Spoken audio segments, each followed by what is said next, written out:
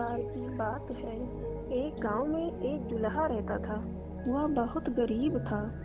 उसकी शादी बचपन में ही हो गई थी। बीवी आने के बाद घर का खर्च बढ़ना था, यही चिंता उसे खाए जाती। फिर गांव में अकाल भी पड़ा। लोग कंगाल हो गए। जुलाहे की आय एकदम खत्म हो गई। उसके पास शहर जाने के सिवा और कोई चारा ना रहा। शहर में उसने कुछ महीने छोटे मोटे काम किए और गांव से खबर आने पर कि अकाल समाप्त हो गया है, वह गांव की ओर चल पड़ा। रास्ते में उसे एक जगह सड़क के किनारे एक ऊँटनी नजर आई। ऊँटनी बीमार नजर आ रही थी और वह गर्भवती थी। उसे ऊँटनी पर दया आ गई। वह उसे अपने साथ अपने घर ले आया। घर में ऊँटनी को ठीक चारा व घास मिलने लगी तो वह पूरी तरह स्वस्थ हो गई और समय आने पर उसने एक स्वस्थ ऊँट के बच्चे को जन्म दिया। ऊँट बच्चा उसके लिए बहुत भाग्यशाली साबित हुआ। कुछ दिनों बाद ही एक कलाकार गांव के जीवन पर चित्र बनाने उसी गांव में आया। पेंटिंग के ब्रश बनाने के लिए वह जुलाहे के घर आकर ऊँट के बच्चे की दुम के बाल ले जाता। लगभग 2 सप्ताह गांव में रहने के बाद चित्र बनाकर कलाकार चला गया।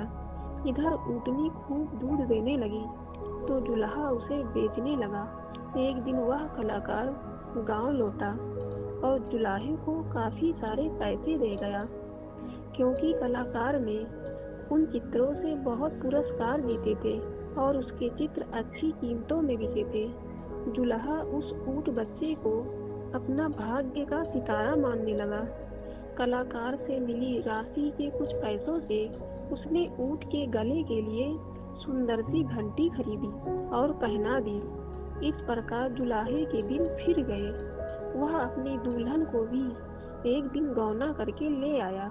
ऊँटों के जीवन में आने से जुलाहे के जीवन में जो सुख आया, उससे जुलाहे के दिल में इच्छा हुई जुलाहे का धंधा छोड़ क्यों न वह ऊँटों का व्यापारी ही बन जाए। उसकी पत्नी भी उससे पूरी तरह सहमत हुई। अब तक वह भी गर्भवती हो गई थी और अपने सुख के लिए ऊँटनी व ऊँट बच्ची की आभारी थी। जुलाहे ने कुछ ऊँट खरीद लिए। उसका ऊँटों का व्यापार चल निकला। अब उस जुलाहे के पास ऊँटों की एक बड़ी टोली हर समय रहती। उन्हें चरने के लिए दिन को छोड़ दिया जाता। ऊँट बच्चा जो अब जवान हो चुका था, उनके साथ घंटी बजाता जाता। एक दिन घंटीधारी की तरह ही एक युवा ऊँट ने उससे कहा, भैया तुम हमसे दूर दूर क्यों रहते हो? घंटीधारी गर्व से बोला, तुम एक साधारण ऊँट हो, मैं घंटीधारी मालिक का दुलारा हूँ। मैं अपने ओछे ऊँटों में शामिल होकर अपना मान नहीं खोना चाहता। उसी क्षेत्र में वन में एक शेर रहता था। शेर एक ऊंचे पत्थर पर चढ़कर ऊँटों को देखता रहता था। उसे एक ऊँट और ऊँटों से अलग थलग रहता नजर आया।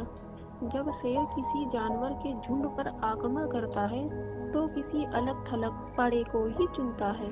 घंटीधारी की आवाज के कारण यह काम भी सरल हो गया था। बिना आंखों देखे वह घंटी की आवाज पर घात लगा सकता था।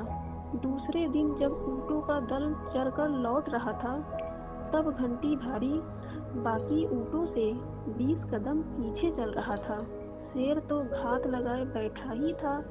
घंटी की आवाज को निशाना बनाकर वह दौड़ा और उसे मारकर जंगल में खींच ले गया। ऐसे घंटीधारी के अहंकार ने उसके जीवन की घंटी बजा दी। Guys, moral of the story क्या है? जो खुद को ही सबसे अच्छा समझता है, उसका गुस्सा ही उसे ले डूबता है। गाइस, आपको वीडियो कैसी लगी हमें कमेंट में जरूर बताइएगा। वीडियो अच्छी लगी तो लाइक शेयर सब्सक्राइब कर नोटिफिकेशन बेल को ऑन कर दीजिए। Thank you so much for watching this video.